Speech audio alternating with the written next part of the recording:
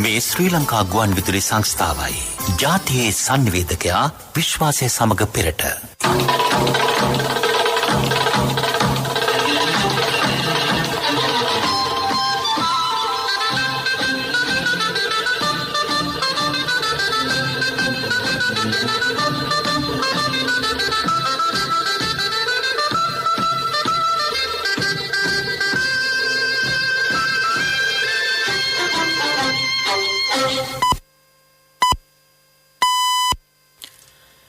වේලාව සවස 6යි. මේ ශ්‍රී ලංකා ගුවන් විදුලි සංස්ථාවයි. මෙන්න ප්‍රවෘත්ති. සංස්කරණය ඉනෝකා බ්‍රෝහිය, ප්‍රකාශය ගයන් කෞශල් ජයවීර. අතිපූජ්‍ය කොටුගොඩ ධම්මාවාස මහානායක ස්වාමින් වහන්සේගේ ආදාන පූජෝත්සවය පූර්ණ රාජ්‍ය ගෞරව සහිතව කොළඹ නිදහස් චතුරස්‍රයේදී බෞද්ධ දර්ශනය පිළිබඳව මහානායක හිමිපාණන් තමාට මනා මඟ පෙන්වීමක් කළ බව කාදිනෙල් හිමිපාණෝ පවසති. පාස්කු ප්‍රහාරයට මුස්ලිම් තරුණයන් යොමු කළේ මුස්ලිම් දේශපාලන නායකයන් බවට චෝදනා. පුරන් කුඹුරු අකර 28,000ක් අස්වැද්දීමේ ජාතික සංග්‍රාමය ආරම්භේ. පාසල් ආරම්භ කිරීම සම්බන්ධයෙන් විශේෂ චක්‍රලේඛයක්. වසර 2030 වන විට ජාතික පද්ධතියට පුනර්ජනනීය බලශක්තියෙන් 70%ක්. විගමනික ශ්‍රමිකයන් සඳහා නිරෝධායන මධ්‍යස්ථාන පහසුකම් නොමිලේ. පොලිස් දෙපාර්තමේන්තුව යටතේ ඇති සියලු ඔත්තු සේවා සක්‍රිය කෙරේ. ඉන්දියා ග්‍රාමාත්‍යවරයා බංග්ලාදේශයේ නිල සංචාරයක. ටෝකියෝ ඔලිම්පික් කුළුලේ ගිනිසුළුව රැගෙන යාම අද සිට.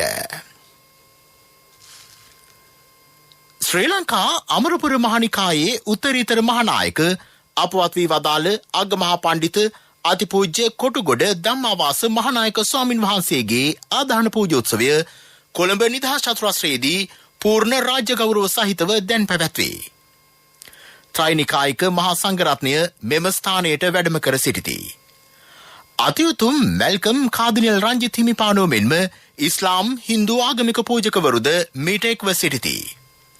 ජනාධිපති ගෝඨාභය රාජපක්ෂ මැතිතුමා ප්‍රමුඛ මැති ඇමතිවරු, ඉන්දිය මහ කොමසාරිස් ගෝපාල් බග්ලේ මහතා ප්‍රමුඛ විදේශ තානාපතිවරු, විපක්ෂ නායක සජිත් ප්‍රේමදාස, හිටපු ජනාධිපති මෛත්‍රීපාල සිරිසේන, හිටපු කතානායක කරු ජයසූරිය යන මහත්වරු ඇතුළු පිරිසක්ද මීට සහභාගී වී සිටිති.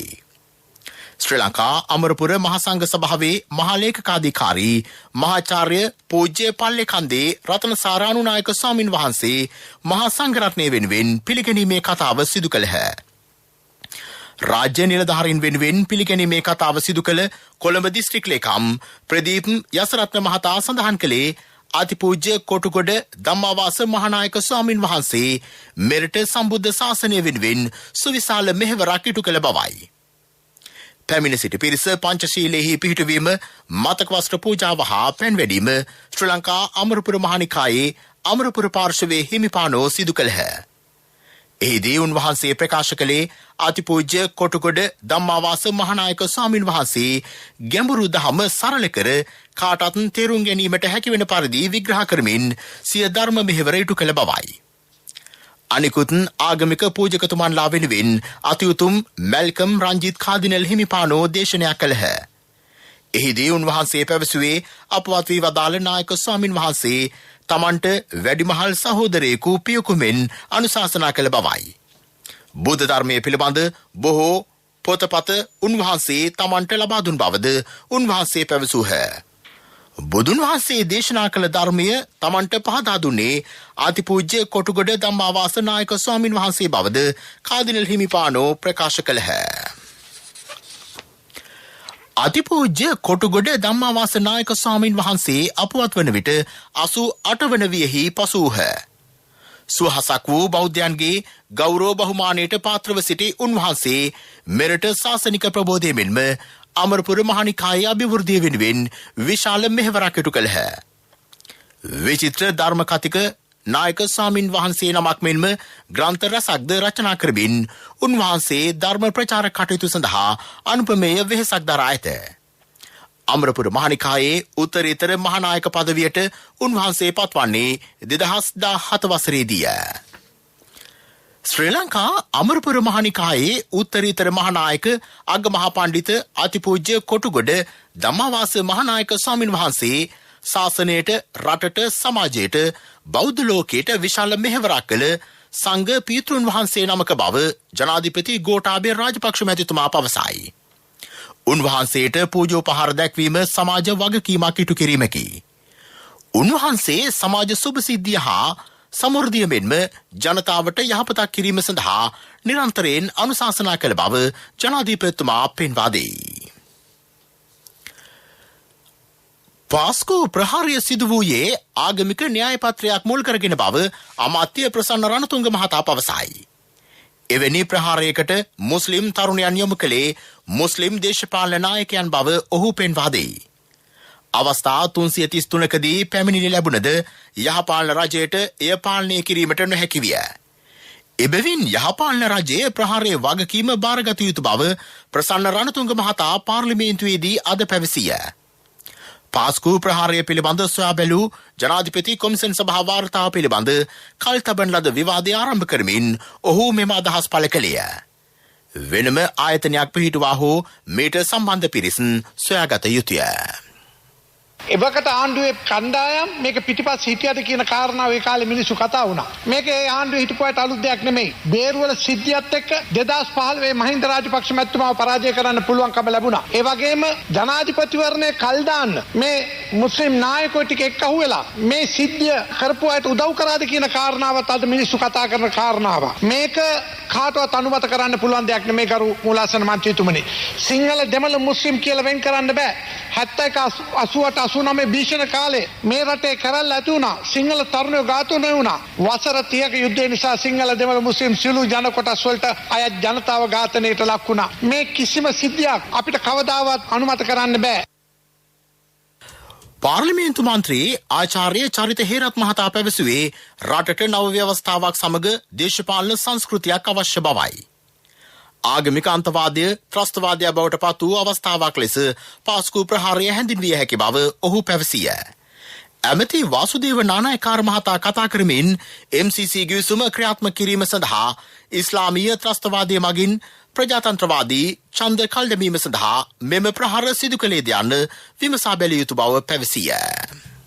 මේකට තියෙනවා දේශපාලන පසුබිමක්. මේකේ දේශපාලන විමර්ශනයක් කළ යුතුයි. ඒ බඳු විමර්ශනයකින් තොරව මේක හුදෙක් පිපිරවීමක්. පිපිරවීම කළේ කවුද? ඒ අයගේ පිටිපස්සෙන් හිටියේ කවුද? ඒ අයව මේවුවේ කවුද කියන එක විතරක් බලලා මේකේ අපිට සිද්ධ වෙනවා බලන්න. මේකට තිවෙන්නා වූ දේශපාලන හේතු සාධකය මොකක්ද? සාරාන් ඉස්ලාම් ප්‍රචණ්ඩ ව්‍යාපාරයක් ගොඩනැගුවා. ඒක ඇත්ත. සාරාන් මේ රටේ කරගෙන ගියේ ඉස්ලාමීය රාජ්‍යයක් හදලා ලංකාවම ඉස්ලාමීය රාජ්‍යයක් බවට පත් කිරීමේ ආරමුණේ. ඒ දිග වැඩේ කරන්න බැහැපු මිනිහා හදිසියෙම බෝම්බ පුපුරවලා ඒ මුළු ක්‍රියාකාරීත්වය අවශ්‍ය කරගත්තේ ඇයි? මේ ප්‍රශ්න වලට අපි උත්තර සපය ගන්න ඕනේ. සපය ගත්තේ නැත්නම් අපිට බෑ මේක අගමුල හොයා ගන්න. පාර්ලිමේන්තු මන්ත්‍රී අනුර ප්‍රියදර්ශන යාපා මහතා පෙන්වා දුන්නේ මුස්ලිම් ජනතාවගෙන් සුළු පිරිසක් මීට සම්බන්ධ වුවත් එය මැඩ පැවැත්වීමට ඉකුත් රජයට නොහැකි වූ බවයි. පාස්කු ප්‍රහාරයේ පරීක්ෂණ නිවැරදිව සිදු කර මහ මොළකරු සොයාගත යුතු බව පාර්ලිමේන්තු මන්ත්‍රී SM මරිකාර් මහතා කීවේය. මෙම ප්‍රහාරයේ වගකීම වත්මන් රජයට පැවරීමට විපක්ෂය උත්සාහ කරන බව පාර්ලිමේන්තු මන්ත්‍රී ජයරත්න හේරත් මහතා සඳහන් කළේය. රජයේ විධිමත් වැඩ පිළිවෙලක් යටතේ මෙහි පරීක්ෂණ සිදු කරන බව ඔහු කීවේය. රාජ්‍ය මාත්‍ය දයසිරි ජයසේකර මහතා කතා කරමින් ඉස්ලාම් අන්තවාදය රට තුළ ස්ථාපිත වීම නිසා මෙම තත්ත්වය ඇති වූ බව කීවේය. පාර්ලිමේන්තු මන්ත්‍රී ඒ.එල්.එම්. අතාවුල්ලා මහතා කතා කරමින් රටේ සම්පත් සූරා කෑමට මාන බලන බලවේග ජාතීන් අතර ගැටුම් ඇති කිරීමට ක්‍රියා කරන බව පැවසිය. වසර 2030 වන විට ජාතික විදුලි බල පද්ධතියට පුනර්ජනනීය බලශක්තියෙන් ලැබෙන දායකත්වය 70% දක්වා වැඩි කිරීම ආරම්භන බව ඇමති ඩල සලහපෙරුම් මහතා පවසයි. ඒ සඳහා සූර්ය විදුලි බලාගාර 7000ක් ඉදි කෙරේ. මෙගාවොට් සීයේ සූර්ය බල උද්‍යානයක්ද ස්ථාපිත කිරීමට නියමිත බව ඇමතිවරයා කියයි. දැයට එළිය ව්‍යාපෘතිය හා ගමට බලාගාරයක් යන වැඩසටහන යටතේ මෙම ව්‍යාපෘති ක්‍රියාවට නැංවේ. අපි අඳුනගෙන තියෙනවා මුළු රටේම 99862ක් විදුලිය රහිත නිවාස තිබෙන බව. සමෘද්ධි ප්‍රතිලාභී පවුල් 50334ක්. සමෘද්ධි ප්‍රතිලාභීන් බවට සුදුසුකම් තිබිලා නමුත් අඩුපාඩුකම් නිසා ඒ ව්‍යාපාරයට එකතු වෙන්න බැරි පොරොත්තු ලේඛන ගත වෙච්ච අය ඉන්නවා 26483. පහුගිය අයවැයේදී ගරු අගමැතිතුමා මිලියන 720ක මුදල් මේකට වෙන් කරලා මේ ව්‍යාපෘතිය විශේෂයෙන්ම දුප්පත්කම බාධාවක් ඇති බැවින් විදුලිය කියන මේ නූතන අවශ්‍යතාවයට සමීප වෙන්න බැරි වෙච්ච පවුල්. සමෘද්ධි ව්‍යාපාරයත් එකතු කරගෙන අපි ඊටාම මාස 3-4ක් තිස්සේ මේ පිළිබඳව කැපවීමෙන් කටයුතු කරා. පොරන් කුඹුරු අක්කර 28000ක් අස්වැද්දීමේ ජාතික සංග්‍රාමය ආරම්භේ. ඇමති මහින්දානන්ද අලුත්ගමගේ මහතාගේ ප්‍රධානත්වයෙන් දොම්පේ ගොවි ජන සේවා බල ප්‍රදේශයේ පහුරෝය ප්‍රදේශයේදී අද පෙරවරුවේ ආරම්භ කෙරිණ.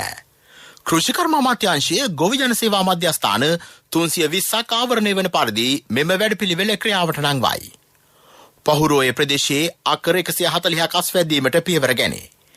මෙම ජාතික සංග්‍රාමයෙන් යලකන්නේදී මෙට්‍රික් ටොන් 35000ක වියස්වැන්නක් එක් කිරීමට හැකිවන බව ඇමති මහින්දානන්ද අලුත්ගමගේ මහතා එහිදී පැවසිය. සියලු පුරන් කුඹුරුවල ඇලමාර්ග පිළිසකර කෙරේ. ගොවින්ට කුඹුරු අක්කරයකට රුපියල් 25000ක පොලි රහිත ණයක්ද ලබාගත හැකිය. පොහොර තාක්ෂණය සහ යන්ත්‍ර සූත්‍ර රජය නොමිලේ ලබා දෙයි. එක් ගොවිජන සේවා බල ප්‍රදේශයක අක්කර 10 බැගින් අස්වැද්දීමේ ඉලක්කයයි.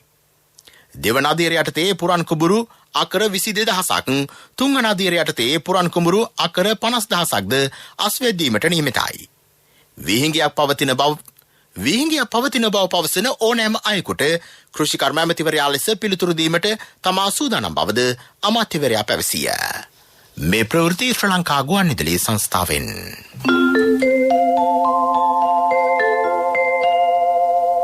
ශ්‍රී ලංකා ඉන්ෂුරන්ස් ස්පීඩ් ඉන්වෙස්ට්මන්ට් එක ලයිෆ් එකට දාන්න 5ක්.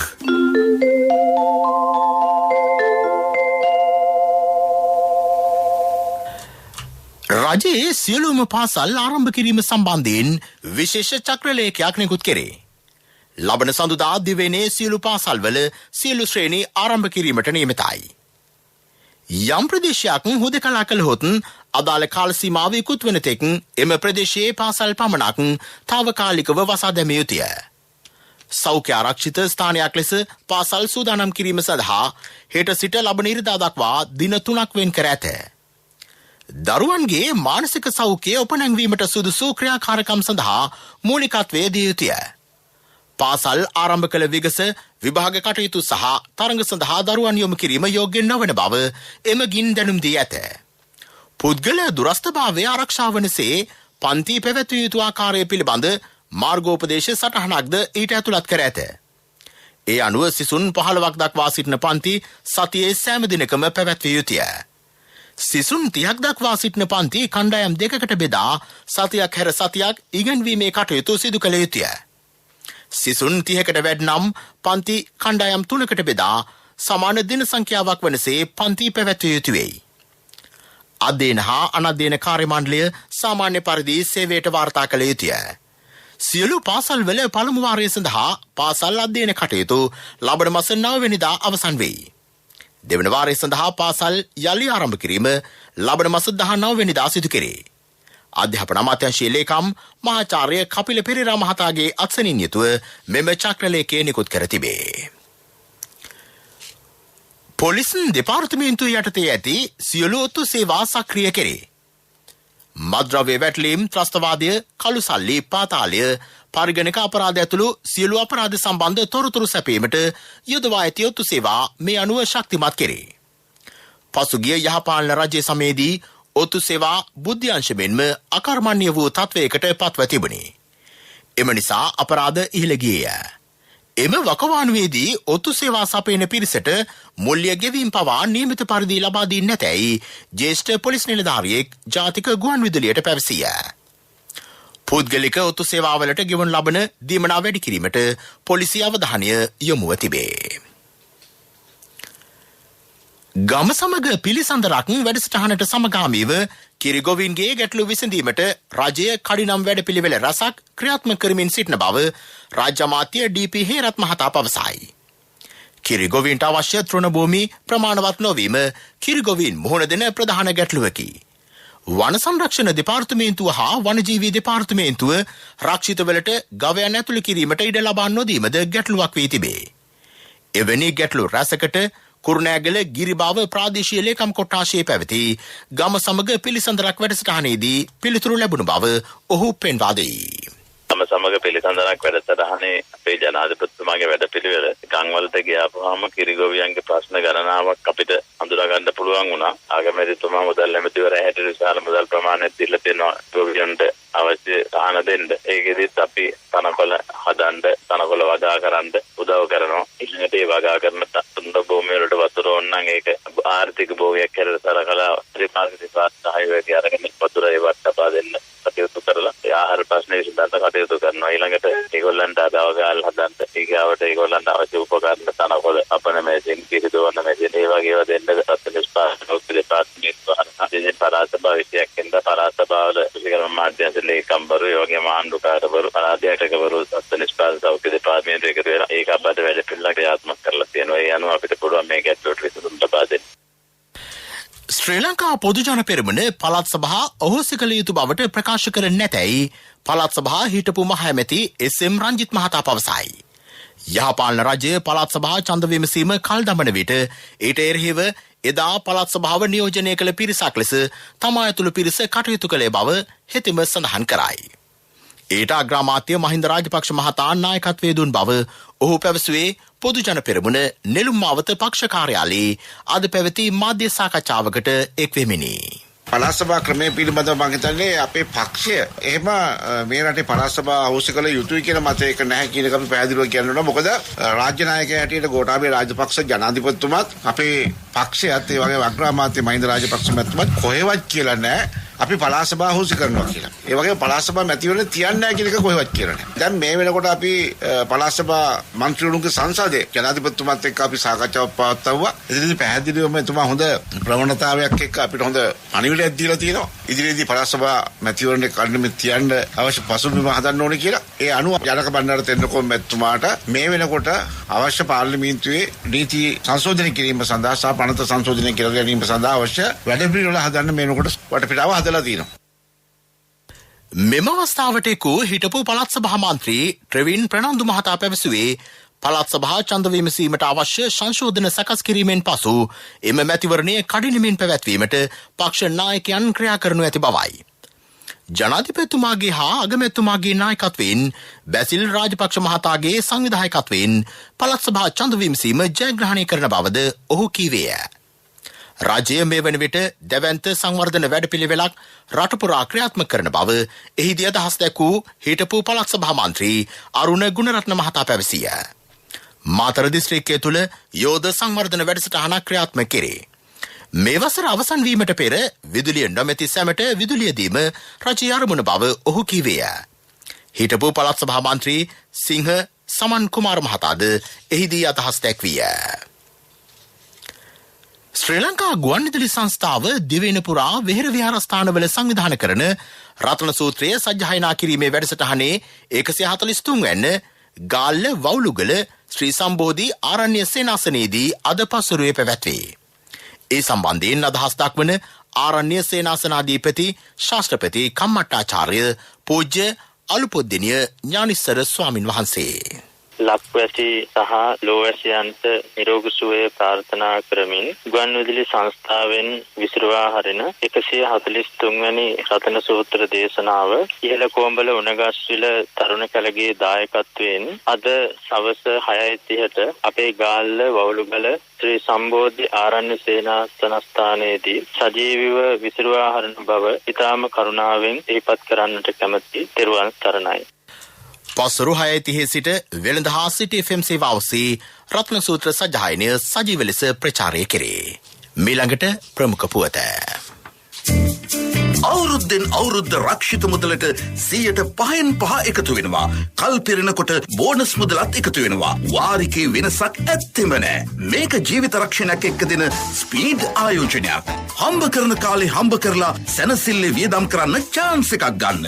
මොකද කියන්නේ? ශ්‍රී ලංකා ඉන්ෂුරන්ස් ස්පීඩ් ඉන්වෙස්ට්මන්ට් එක ලයිෆ් එකට දාන්න 5ක්. ශ්‍රී ලංකා ඉන්ෂුරන්ස් පියෙකුමෙන් මවකමෙන්. ප්‍රමුඛතම පුවත ඔබ වෙත ගෙනෙන්නේ සිද්ධාලේප ලක්වියාව. විගමනික ශ්‍රමිකයන් කඩිනමින් ගෙන්වා ගැනීම සඳහා නිරෝධායන මධ්‍යස්ථාන පහසුකම් නොමිලේ ලබා දීමට පෞද්ගලික හෝටල් හා සංචාරක නිකේතන 10ක් තෝරා ගැනේ. ජාතික කොවිඩ් මර්ධන කාර්යසාධක බලකායේ අනුමැතිය යටතේ ඒවා තෝරාගෙන ඇතැයි විදේශ සේවා නියුක්ති කාර්යාංශය සඳහන් කරයි. කම්කරු ඇමති නිමල් සිරිපාල් ද සිල්වා මහතාගේ උපදෙස් පරිදි මෙය ක්‍රියාවට නැංවේ. මේ යටතේ වැලිගම ජගාබී රිසෝර්ට්, පැරඩයිස් බීච් සහ නෙප්චූන් රිසෝර්ට්, හික්කඩුව හිකා, FNR සහ coral රිබ් guest, වාදුව blue ස්ප්‍රිංග්, Dikwella විලා Jayananda, මිගමුව කැටමරාන්, ආංගම ජයන්ති සර්ෆ් සහ තංගල්ල සැන්ටන් රිසෝට් යන හෝටල් සහ නිවාඩු නිකේතන විගමනික නිරෝධායන මධ්‍යස්ථාන සඳහා තෝරාගෙන ඇත. මෙම හෝටල් 10 මගින් එකවරකට 571 දෙනෙකුට පහසුකම් සැපිය හැකිය. හෝටල් ගාස්තු, ආහාර පාන සහ සෙසු සියලු පහසුකම් විදේශ සේවා නියුක්ති කාර්යාංශය මගින් සම්පාදනය කෙරේ. මේ සඳහා සතියකට රුපියල් මිලියන 18ක් වැය වෙන බව ඇමති නිමල් සිරිපාල් ද සිල්වා මහතා සඳහන් කරයි. ප්‍රමුඛතම පුවත ඔබ වෙත ගෙන ආවේ සිද්ධාලේප ලක්වියාව. ශක්ති හඬ අවධානය පිණිසයි. ගාල්ල බලපිටිය කන්දෙගොඩ විහාරගොඩ මාර්ගය පිළිසකර කිරීමට අවධානය යොමු වී ඇතැයි බලපිටිය ප්‍රාදේශීය සභාවේ සභාපති එන් සමන්ද සිල්වා මහතා පවසයි. අද උදෑසන ජාතික ගුවන්විදුලියේ ප්‍රධාන ප්‍රවෘත්ති ප්‍රකාශයෙන් විකාශනය වූ අවධානය පිණිසයි විශේෂාංගයෙන් මේ පිළිබඳව හෙළිදරව් කෙරින. ඒ සම්බන්ධයෙන් කළ විමසීමකදී ඔහු මේ බව පැවසිය. රජයේ කිලෝමීටර් ලක්ෂයක් කාපට් කිරීමේ මාර්ග ව්‍යාපෘතියට මෙම මාර්ගයද ඇතුළත් කර තිබේ. පළාත් පාලන දෙපාර්තමේන්තුව මගින් පිළිසකර කිරීම ඉදිරියේදී ආරම්භ වන බව ඔහු සඳහන් කළේය. ලෝක ප්‍රවෘත්ති අනුග්‍රහය People's Leasing විප්ලවයට ඔබත් එක්වන්න. කිසිදින නොලැබෙන අසමසම ලීසින් වාරික සමගින් අවම පොලියකට විස්තර දැනගන්න ළඟම People's Leasing ශාඛාවකට පිවිසෙන්න. නැත්නම් කතා කරන්න 0112 206 300. People's Leasing විශ්වාසයේ ප්‍රමුඛයා. ඉන්දියා අග්‍රාමාත්‍ය නරේන්ද්‍ර මෝදි මහතා බංග්ලාදේශයේ හෙට නිල සංචාරයක නිරත වෙයි. එම සංචාරයේදී අග්‍රාමාත්‍යවරයා ඇස්ට්‍රාසෙනිකා එන්නත් ලක්ෂ 12ක් ත්‍යාගයක් ලෙස බංග්ලාදේශයට රැගෙන එන බව එරට සෞඛ්‍ය අධ්‍යක්ෂ ජෙනරාල් මහාචාර්ය කුර්ෂීඩ් අලාම් මහතා පවසයි. කෙසේ වෙතත් ඉන්දියාවේ බෙක්සිම්කෝ ඖෂධ සමාගම මේ දක්වා ඖෂධ ආනයනය අත්හිටුවීම සම්බන්ධයෙන් තම රට දැනුවත් කර නැතැයි හෙතෙම සඳහන් කරයි. කොවිඩ් එන්නත් සැපයුම වැඩි කිරීම සඳහා යුරෝපා සංගමේ නායකයෝ සාකච්ඡා පවත්වති. එම සංගමයට අයත් රටවල් 27ක් පුරා එන්නත් සමාන ලෙස බෙදා හැරීම ඔවුන්ගේ අරමුණයි. මේ අතර අද පැවති සාකච්ඡාවකදී යුරෝපා කොමිසම එම සංගමේ නායකයන්ගෙන් ඉල්ලා සිටියේ එන්නත් අපනයනයට සීමා පැනවීම සඳහා අවශ්‍ය සහාය ලබා දෙන ලෙසයි. මේ වන විට බ්‍රිතාන්‍යයට එන්නත් සැපයීමේ අවහිරතාවක් මතුව තිබේ. එය සැලකිල්ලටගෙන මෙම ක්‍රියාමාර්ගයට එළඹීමට යුරෝපා කොමිසම තීරණය කර ඇත. ඇමරිකාවේ කොරෝනා ආසාදිතයන්ගේ සංඛ්‍යාව මිලියන 30 ඉක්මවා යයි. මෙවැනි විට එරටින් වෛරසයේ නව ප්‍රභේද හඳුනාගෙන තිබේ. ජනතාව එන්නත්කරණය කිරීම කඩිනමින් සිදුවෙයි. ආසාදිතයන්ගේ සංඛ්‍යාව ඉහළ ගියද එන්නත්කරණය හේතුවෙන් මරණ සංඛ්‍යාව අඩු වනු ඇතැයි සෞඛ්‍යාංශ අපේක්ෂා කරයි. කොරෝනා වෛරසය වැළඳීමෙන් ඇමරිකාවේ මේ වන විට 5,44,000ක පිරිසක් මියගොස් තිබේ. People's Leasing විප්ලවයට ඔබත් එක්වන්න. කිසිදින නොලැබෙන අසමසම ලීසින් වාරික සමගින් අවම පොලියකට විස්තර දැනගන්න ළඟම People's Leasing ශාඛාවකට පිවිසෙන්න. නැත්නම් කතා කරන්න 0112 206 300. People's Leasing විශ්වාසයේ ප්‍රමුඛයා. පෙරසර සංවර්ධනයක පුවත් සම්පින්ඩනය සංවර්ධන පුවත් ඔබ වෙත ගෙනෙන්නේ CIB අවුරුදු සමගින් මාර්තු 16 සිට 30 දක්වා සෑම බිල් පතකටම වටිනා තෑගි වවුචර් පත් බැංකු කාඩ් සඳහා 20% දක්වා වත්නම් අපේම තැනකින් අපේම දෙයක් CIB. කතරගම නගර සංවර්ධනය ව්‍යාපෘති 19ක් යටතේ ක්‍රියාත්මක කිරීමට නාගරික සංවර්ධන අධිකාරිය කටයුතු කරයි. මෙම සංවර්ධනය තුළින් කතරගම නගරය සහ ඒ ආශ්‍රිත ප්‍රදේශ ඉහළ ආර්ථික භෞතික සංවර්ධනයක් කරා යොමු කෙරේ. වන්දනාකරුවන් සහ බැතිමතුන් ආකර්ෂණය කර ගැනීම වැඩපිළිවෙලේ එක් අරමුණකි. මෙම සංවර්ධන ව්‍යාපෘතිය දසවසරක ව්‍යාපෘතියක් ලෙස ක්‍රියාවට නැංවේ. යෝජිත ව්‍යාපෘති 19න් ව්‍යාපෘති 2ක් දෙටගමුව වැව ආශ්‍රිත ප්‍රදේශයේ සංවර්ධනයට වෙන් කර ඇත. එහි නාගරික උද්‍යානයක් පොදු විවේක ස්ථාන සහ ඇවිදින මන්තීරුවක් ඉදිකෙරේ. කතරගම නගර ප්‍රදේශයේ සංවර්ධනය පූජා භූමි කලාප 3ක්, මිශ්‍ර සංවර්ධන කලාපයක්, නිවාසික කලාපයක්, පරිසර සංරක්ෂණ කලාපයක් හා කෘෂිකාර්මික ප්‍රවර්ධන කලාපයක් ලෙස ක්‍රියාවට නැංවේ. පෙරසර සංවර්ධනයක පුවත් සම්පින්ඩනය සංවර්ධන පුවත් ඔබ වෙත ගෙනාවේ CIB අවුරුදු සමගින් මාර්තු 16 සිට 30 දක්වා සෑම බිල් පතකටම වටිනා තෑගි වවුචර් පත් බැංකු කාඩ් සඳහා 20% දක්වා වත්නම් අපේම තැනකින් අපේම දෙයක් CIB. ක්‍රීඩා පුවත් පාසල් ආරම්භ කිරීමත් සමග පාසල් ක්‍රීඩා කටයුතු ආරම්භ කිරීමට පියවර ගන්නා බව ඇමති නාමල් රාජපක්ෂ මහතා පවසයි. කොළඹ දිස්ත්‍රික් ලේකම් කාර්යාලයේ අද පැවති දිස්ත්‍රික් සංවර්ධන කමිටු රැස්වීමට එක්වෙමින් ඔහු මේ බව කීවේය. මේ වන විට ජාතික හා ජාත්‍යන්තර මට්ටමේ ක්‍රීඩා තරඟ පැවැත්වේ. පාසල් ක්‍රීඩා ක්ෂේත්‍රයේ යටිතල පහසුකම් සංවර්ධනයට කඩිනම් පියවර ගන්නා බවද ඔහු කීවේය. ක්‍රීඩා තරඟ සංවිධානය කිරීමට අපිට අපහසු වෙන්නේ නැහැ. දැන් ගරු මතුමායිකත් මම දීර්ඝ මතුමායිකත් සාකච්ඡා කරලා පාසල් ආරම්භ වෙන නිසා මම බස්නාහිර පළාතේ පාසල් ක්‍රීඩා ටිකක් පටන් ගන්න දෙන්න මම හිතන්නේ වැඩි කල් දාන්න නැතුව පාසල් ආරම්භයත් එක්කම ක්‍රීඩා කටයුතු ආරම්භ කරන්න පටන් ගත්තොත් මට යෝග්‍යයි. ක්‍රිකට් ලිග් මැච් ඉකරලා අපි කොළඹින් පිට තියෙන අපේ ජාත්‍යන්තර ක්‍රීඩාංගන ලබා දෙන්න අපි මේ වෙනකොට ගරු මතුමා කටයුතු කරලා තියෙන්නේ. ඒ හින්දා ඒකට නම් ගැටලුවක් වෙන්නේ නැහැ. අනිත් ක්‍රීඩා වලටත් අපිට පුළුවන් යම් කිසි ගැටලුවක් තියෙන තරම් කියනවා නම් ඒ පාසල් වල ක්‍රීඩා මාධ්‍යන්තයේ ක්‍රීඩා පිටණියෝ වැඩි අත්දැකීමක් කරලා දෙන්න. සියල්ලම අපි තරස්මක් හදලා දෙනවා. ඒ කියන්නේ දැනටත් ක්‍රියාත්මක වෙනවා බොහෝ දේවල්. මේ මම බස්නාහිර පළාතේ ගිහුවම තාමත් තීරණාත්මක පළාතක් ඒ වගේම කොළඹ දිස්ත්‍රික්කේ ගිහුවම තාමත් තීරණාත්මක තරක් සහ දෙහිඳේ සඳහා අපි විශේෂ වැඩ පිළිවෙලක් හදනවා. මේ වෙනකොටත් අපි මේ මාස වෙනකොට ටැලන්ට් ටෙස්ට් එක කරනවා ලංකාවේ. ඒකෙදි කොළඹ දිස්ත්‍රික්කේ අපි පවත්වනවා. යෞවන සමාජයේ දරුවන්ගේ අපි කුසලතා පිළිබඳව ටැලන්ට් ටෙස්ට් එක කරාම ඒක තාමත් හොඳ ප්‍රවණතාවයක් තිබ්බ බස්නාහිර පළාතේ ඇතුළු කොළඹ දිස්ත්‍රික්කයේ ඇතුළු ලංකාවේ. ඉතිරිදී කාරණා දැක්කත් ක්‍රියාත්මක වෙනවා. අපි ඔබතුමාලා එක්ක විශේෂ සාකච්ඡාවක් දාලා අපි බලමු කොළඹට කේන්ද්‍ර කරගත් වැඩ පිළිවෙල කීපයක් වැඩිපුර නිර්මාණය කරමු. මොකද අපි සයිකල් සාන්ඩ ෆුට්බෝල් පයිලේ ඔක්කොම කොළඹින් පටන් ගත්තා. තව වැඩසටහනක් කරනවා 5K සැරේ කියලා සෙල්ස්වාද උදේට ජොගින් and running ප්‍රොමෝට් කරන්න. ඒ ඔක්කොම ෆැමිලි වෙස් විදිහට අපි යන්නේ. පවුලත් එක්ක ඇවිල්ලා ව්‍යායාම කරන්න තාත්තලා පුතාලා ඒ සම්බන්ධතාවය ගොඩනැගීමත් එක්ක ටෝකියෝ ඔලිම්පික් කුලලේ ගිනි සිලුව රැගෙන යාම අද පෙරවරුවේ ජපානයේ ෆුකුෂිමා දිස්ත්‍රික්කයෙන් ආරම්භ විය. කොරෝනා වසංගතය හේතුවෙන් මෙම ක්‍රීඩාවල පැවැත්වීම කල් දැමින. වසරකට පසු යලි එය පැවැත්වීමට නියමිතව තිබේ. ගිනි සිලුව රැගෙන යාම ජපානයේ දිස්ත්‍රික්ක 47ක් පුරා සිදු කෙරේ. දැඩි සෞඛ්‍ය නීති රීති අනුගමනය කරමින් මෙය සිදුවන බව විදේශ මාධ්‍ය වාර්තා කරයි. ව්‍යාපාරික පුවත් ඔබ වෙත ගෙන එන්නේ 2021 වසරේ පළමු ශ්‍රේණියට ඇතුළු වන පුංචි හපනොන්ට ජාතික ඉදිරි කිරීමේ බැංකුවේ හපන් ගිණුමෙන් රුපියල් 1000ක තැන්පතුවක්. ඔබේ මුදලට සුරක්ෂිතම ස්ථානය ජාතික ඉදිරි කිරීමේ බැංකුව. සොෆ්ලොජික් ලයිෆ් රක්ෂණ සමාගම දිවෙන පුරා පිහිටි ලියාපදිංචි පාරම්පරික වෙදකම සඳහා වූ රෝහල් සහ වෛද්‍ය මධ්‍යස්ථාන මගින් ලබා දෙන ප්‍රතිකාර සඳහා රක්ෂණාවරණයක් හඳුන්වා දෙයි.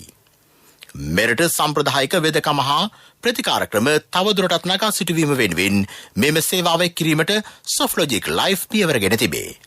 දේශීය වශයෙන් පාරම්පරිකව පැවතෙන රෝග සුව කිරීමේ සත්කාර වෙත යොමු වීමට මෙරට ජනතාවට අවස්ථාව ලබා දීම මෙහි අරමුණයි. ව්‍යාපාරික පුවත් ඔබ වෙත ගෙන ආවේ 2021 වසරේ පළමු ශ්‍රේණියට ඇතුළු වන පුංචි හපනුන්ට ජාතික ඉදිරි කිරීමේ බැංකුවේ හපන් ගිණුමෙන් රුපියල් 1000ක තැන්පතුවක්. වැඩි පොලියක්, ඉතුරු ගිණුමට 100% රාජ්‍ය ආරක්ෂාව, ශිෂ්‍යත්ව විභාගය සඳහා ආදර්ශ ප්‍රශ්න පත්‍ර කට්ටල් සහ දිවයින පුරා විහිදුණු ශාඛා ජාලය හා තැපැල් උපතැපැල් කාර්යාල ජාලය මගින් ගනුදෙනු කිරීමේ හැකියාව. ඔබත් අදම ඔබේ සිඟිත්තාගේ අනාගතය වෙනුවෙන් හපන් ගිණුමක් කරමන්න. කොන්දේසි අදාළ වේ. ඔබේ මුදලට සුරක්ෂිතම ස්ථානය ජාතික ඉදිරි කිරීමේ බැංකුව. ආර්ථික පුවත් ආවරණය ආසිසර බෙටි ගන්න පුළුවන් වුණාද? හොඳ වෙලාවට එක ෆාමසියක් නම් ඇරලා තිබුණා. ඒ තරු පෙවුනේ සමහර බේත් වල ගණන් ඇහුවම. කීයක් යාද? LOC ක්‍රෙඩිට් කාඩ් එක නොතිබෙන්න මොනවා කරන්නද කියලා හිතා ගන්න බැරි වෙනවා. LOC ෆයිනෑන්ස් ක්‍රෙඩිට් කාඩ් පත ජීවිතේම සපුරාලයි. වෘත්තීය මාර්ගෝපදේශනයෙන් තරුණ තරුණියන් හැකියාවෙන් සහ දැනුමෙන් සන්නද්ධ කිරීමේ වැඩසටහනක් නිපුණතා සංවර්ධන වෘත්තීය අධ්‍යාපන පර්යේෂණ හා නව නිපැයුම් රාජ්‍ය අමාත්‍යාංශය ක්‍රියාත්මක කරයි. මේ යටතේ මාතලේ දිස්ත්‍රික්කයේ විල්ගමුව හෙට්ටිපොළ නාම්නියෝය මහාවිද්‍යාලය සහ නුගගොල්ල මාරක මහාවිද්‍යාලය මූලික කරගනිමින් ඊයේ වැඩසටහනක් ක්‍රියාත්මක කෙරිණ. මෙවර උසස් පෙළ හදාරන සිසුන්ට ඉකුත් වසරේ විභාගයට පෙනී සිටි සිසුන්ට හා පාසල් හැර ගිය අයට වෘත්තීය අධ්‍යාපනය පිළිබඳව අවබෝධයක් ලබා දීම මෙහිදී සිදුවිය. මෙම අවස්ථාවට සිසුහු 400ක් පමණ සහභාගී වූහ. ඔන්න ඩොක්ටර් කිව්වද තාත්තට ගෙදර යන්න පුළුවන් කියලා. දුවලට මම නිසා හරි කරදරයක් නේද උනේ. කසුන්ගේ LOC ක්‍රෙඩිට් කාඩ් එක තිබුණ නිසා කිසි ප්‍රශ්නයක් උනේ නැහැ. තාත්තා සනීප වෙච්ච එකනේ අපේ සතුට. LOC ෆයිනෑන්ස් ක්‍රෙඩිට් කාඩ් පත ජීවිතේම සපුරාලයි.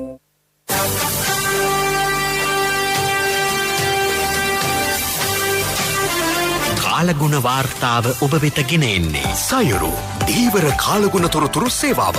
ඔබගේ ප්‍රදේශයට අදාළ කාලගුණ තොරතුරු නොමිලේ එසැනින් ඔබේ ඩයලොග් දුරකථනයට 828 අමතා ලියාපදිංචි වන්න. දීවර හා ජලජ සම්පත් දෙපාර්තමේන්තුව සහ කාලගුණ විද්‍යා දෙපාර්තමේන්තුවේ ඉදිරිපත් කිරීමකි.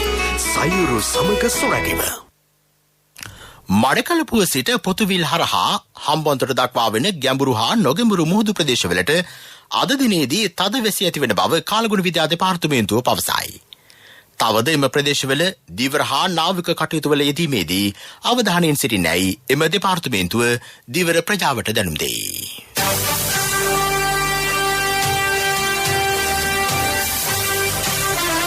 කාලගුණ වාර්තාව ඔබ වෙත ගෙන ආවේ සයුරු දීවර කාලගුණ තොරතුරු සේවාව. ඔබගේ ප්‍රදේශයට අදාළ කාලගුණ තොරතුරු නොමිලේ එසැනින් ඔබේ ඩයලොග් දුරකථනයට 828 අමතා ලියාපදිංචි වන්න. දීවර හා ජලජ සම්පත් දෙපාර්තමේන්තුව සහ කාලගුණ විද්‍යා දෙපාර්තමේන්තුවේ ඉදිරිපත් කිරීමකි. සයුරු සමග සොරැකීම. ප්‍රවෘත්ති අවසන් කිරීමට යලි සිරස්තල. අතිපූජ්‍ය කොටුගොඩ ධම්මාවාස මහානායක ස්වාමින් වහන්සේගේ ආදාන පූජෝත්සවය පූර්ණ රාජ්‍ය ගෞරව සහිතව කොළඹ නිදහස් චතුරස්‍රයේදී සිදු කෙරේ. බෞද්ධ දර්ශනය පිළිබඳව මහානායක හිමිපාණන් තමාට මනා මඟ පෙන්වීමක් කළ බව කාදිනල් හිමිපාණෝ පවසති. පාස්කු ප්‍රහාරයට මුස්ලිම් තරුණයන් යොමු කළේ මුස්ලිම් දේශපාලන නායකයන් බවට චෝදනා. පුරන් කුඹුරු අකර 28,000ක් අස්වැද්දීමේ ජාතික සංග්‍රාමය ඇරඹේ. පාසල් ආරම්භ කිරීම සම්බන්ධයෙන් විශේෂ චක්‍රලේඛයක්. වසර 2030 වෙන විට ජාතික පද්ධතියට පුනර්ජනනීය බලශක්තියෙන් 70%ක්. විගමනික ශ්‍රමිකයන් සඳහා නිරෝධායන මධ්‍යස්ථාන පහසුකම් නොමිලේ. පොලිස් දෙපාර්තමේන්තුව යටතේ ඇති සියලු ඔත්තු සේවා සක්‍රිය කෙරේ. ඉන්දියා ග්‍රාමාත්‍යවරයා බංග්ලාදේශී නිල සංචාරයක. අපගේ මෙම ප්‍රවෘත්ති ප්‍රකාශයට www.slbc.lk වෙබ් අඩවිය ඔස්සේද සවන් දිය හැකිය. ප්‍රවෘත්ති ඉන් සමාප්තයි. අපගේ මීළඟ ප්‍රධාන ප්‍රවෘත්ති ප්‍රකාශය රාත්‍රී 9ට බලාපොරොත්තු වන්න.